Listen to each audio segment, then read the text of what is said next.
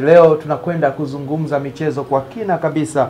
Hapa ni naye Katalambula ambaye atakwenda kutupitisha katika hatua ambayo tunaweza tukaifurahia watu wote wa michezo. Kuna taarifa ambayo imetoka ya kafu kuweza kupiga bani uwanja wetu wa taifa wa Benjamin William Mkapa. Hapa tunakwenda kuiangaza kwa kina kabisa. Katalambula atatupitisha katika engo ipi? Je, ni madhara kiasi gani ambayo tunaweza tukayapata kama taifa, lakini pia tunaweza kupata hasara gani upande wa Simba Sports Club ambao wanakwenda kuhosti mchezo wa kimataifa dhidi ya Al Masry. Mwanzo mwisho fuatana nasi. Kama utakuwa bado haujasubscribe, fanya hivyo, bonyeza neno subscribe, itakuja alama kengele, bonyeza, itakuja neno all, bonyeza. Kwa kufanya hivyo utakuwa tayari ushakuwa mmoja wetu na kuweza kuhabarika kwa habari kemkem za kimichezo hapa off pitch. Bwana Katalambula. Naam. Taarifa imetoka ya CAF ya kwamba shirikisho la mpira Tanzania TFF wanapaswa kutokutumia tena uwanja wa Benjamin Mkapa kutokana na ubora wa pichi kuwa hafifu kadri siku zinavyozidi kwenda. Hili linakwenda kuleta athari kiasi gani kwa taifa letu? Nafikiri kuna makosa ambayo yanafanyika na hawa ambao wana mamlaka kusimamia ule uwanja. Kuna maswali ambayo najiuliza. Pengine labda uwanja unajua una sehemu muhimu tatu. Na katika hizo sehemu tatu, sehemu muhimu ya kwanza ni pitch. Na ndio maana unaweza mtu katika uwanja ukawa na pitch afu kusiwe na majukwaa ya mashabiki, kwa sababu mashabiki sio muhimu. Kinachotakiwa mpira ni kuchezwa. Na sheria ya kwanza ili mpira uchezwe kunabidi kuwe na sehemu ya kuchezea, then kuwe na mpira na kadhalika. Sasa katika maswali ambayo najiuliza, hii ni zaidi ya mara 3 ama mara 4 tunaambiwa kwamba uwanja wa taifa ama Benjamin Mkapa unafanywa marekebisho.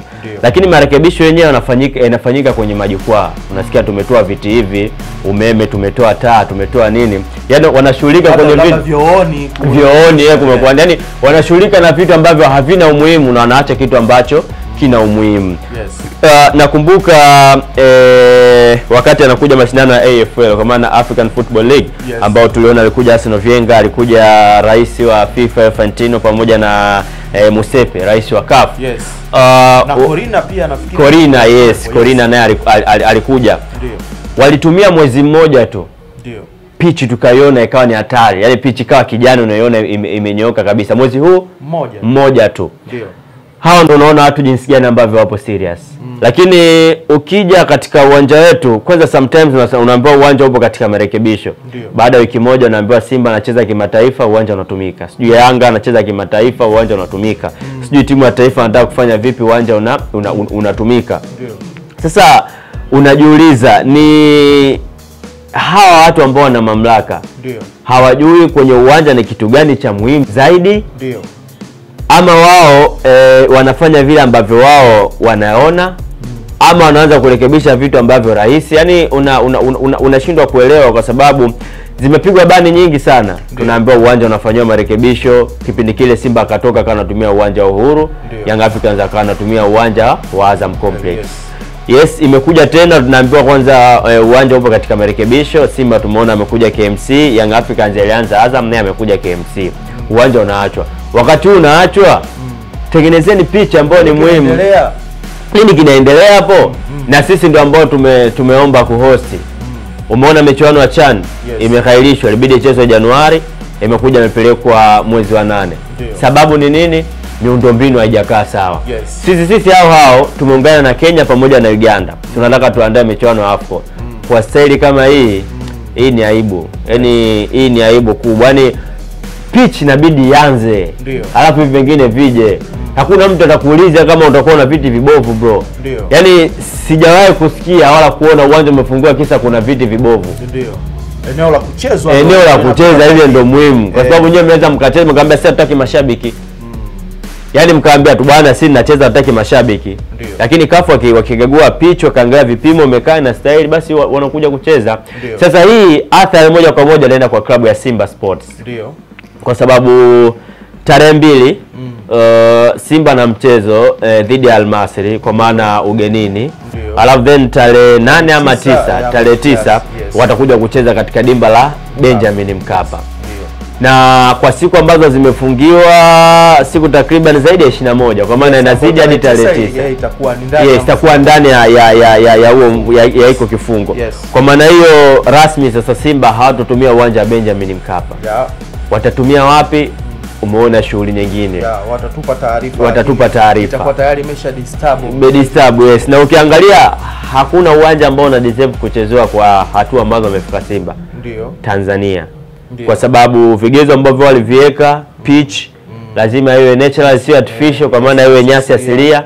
Lakini pia majukwaa yao yana viti. Ndio. Uwanja wa Azam majukwaa yamewekwa viti. Pitch bandia. Tukija katika dimba la Meja Jenerali Samuyo, pitch nyasi asilia, majukwaa hakuna. Tukija katika dimba la KMC, majukwaa ya kuunga pitch ya kuunga. Kwa hiyo Simba ataenda kucheza wapi? Ukisema umpeleke Zanzibar the same pia viwanja pitch ni nyasi bandia. Majukwaa yapo. Simba ataenda wapi? Umeona sisi changamoto tunakuja na kitu kingine. Mimi nasema mimi siamini kwamba Simba hawana timu ya kucheza robo finali kwa hii, hawana timu ya kucheza nusu finali kwa hii miaka 6 mpaka 7 ambao wamecheza robo finali. Ndio. Timu ya kucheza nusu finali wanayo. Ndio. Lakini isivyo bahati kuna vitu vingi vinaiangusha. Nakumbuka Simba walijipapatua kwenda kukutana na TP Mazembe, ilikuwa moto. Akachukua chuma 4 huko akatoa sare. Simba akatoka. Simba anavuka anaenda kukutana na Al Ahly msimu uliopita hapo. Umeona Al Ahly wa moto, Simba anatolewa. Simba anafuza na kukutana na Kaizer Chiefs ambaye alienda kucheza finali. Yaani kajitahidi kwa kuongoza kundi kaenda kupaka Kaizer Chiefs ambaye aliongoza finali katolewa. Simba kajipapatua kakutana na Orlando. Simba safari kajipapatua timu wanao na Almasi, shida inakuja uwanja.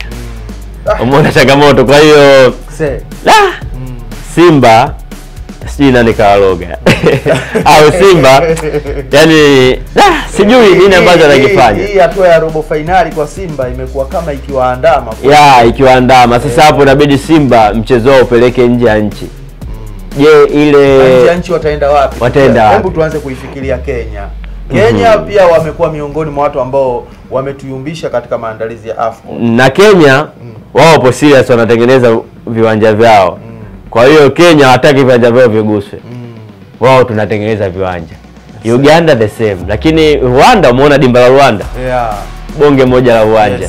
Uwanja mzuri sana. Sasa ukiupeleka Rwanda inabidi upate shabiki wa 12, kwa maana upate mchezaji wa 12 ambao mashabiki.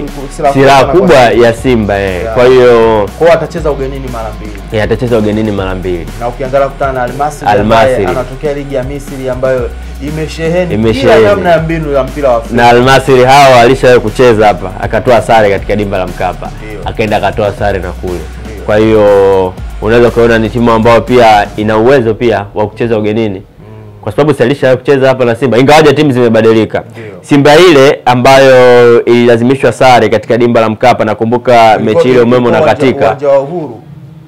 Kwa Mkapa ulikuwa. Ile kwa Mkapa. Kwa Mkapa mvua ikanyesha. Mimi nazungumzia enzi akina Joseph Kaniki Gorota. Kaniki Gorota anabetua mpira kwenye maji. Alafu anatia kamba. Hii ilikuwa imeenda mbali sana juzi tu hapa. Dimba la Mkapa mvua imenyesha, maji tika. Ndio. Haitoshi umeme unakatika. Simba ile akina Emmanuel Okwi, John Rafael Boko na ndio ambao walifunga magoli mawili. Simba ile na Simba sasa hivi wachezaji ambao wamebaki ni 3. 2 first 11, mmoja hayupo. Kwa maana hapo unamgusa Aish Salum Manula, unamgusa Shomari Kapombe na Mohamed Hussein. Hata ukija kwa Almasi wachezaji ambao wamebaki ni 4. Kina Bin Yusuf, Albadil Shaib, kuna Abdulaziz Nano Benadil, ndio wachezaji ambao wamebaki. Lakini ukiangalia wengine wote inakuwa mpya. Kwa hiyo inakuwa ni Almasri na Simba mpya ambao wanaenda kukutana. Kwa hiyo historia ina kazi yake. Lakini kwenye hii tusibezi sana kwenye historia kwa sababu zinakuja ni timu mbili tofauti. Lakini kwenye hii Simba wana wakati mgumu. Ni wakati sasa viongozi kukaa chini na kutafakari nini ambacho wanakifanya na mechi wanaipeleka wapi. Lakini tofauti na hapo ni changamoto ambayo wanakutana nayo Simba. Yes, mwanamichezo, hivi ndivyo Katalambula anavyohanikiza kwa kusema kuwa hakika katika hiki ambacho kimetendeka kimeweza kuwapa athari kubwa zaidi Simba Sports Club kuliko madhara mengine yoyote yale. TFF wana nafasi ya kuweza kutoa nafasi kwa serikali kuendelea kufanya marekebisho, lakini vipi upande wa Simba Sports Club ambao hawa ni wawakilishi wa pekee katika taifa letu katika michuano ya kimataifa kombe la shirikisho barani Afrika hatua ya robo finali? Watafanyaje endapo wakitaka kucheza mechi na Al Masry katika tarehe 9 mwezi Aprili? Hapo ndipo panapokuwa na kizungumkuti, nguo kuchanika. Nini kitafanyika? Wataenda ugenini kwenda kuomba hifadhi waweze kucheza? Je, ile cloud ya mchezo wa 12 wataipata ama la? Mwanzo mwisho ulikuwa nami Steven Mapunda ndani ya Off Pitch. Tulikuwa tukikuletea kisanga hiki ambacho kimetokea katika taifa la Tanzania. Benjamin Mkapa umepigwa bani. Hadi wakati mwingine, bye bye.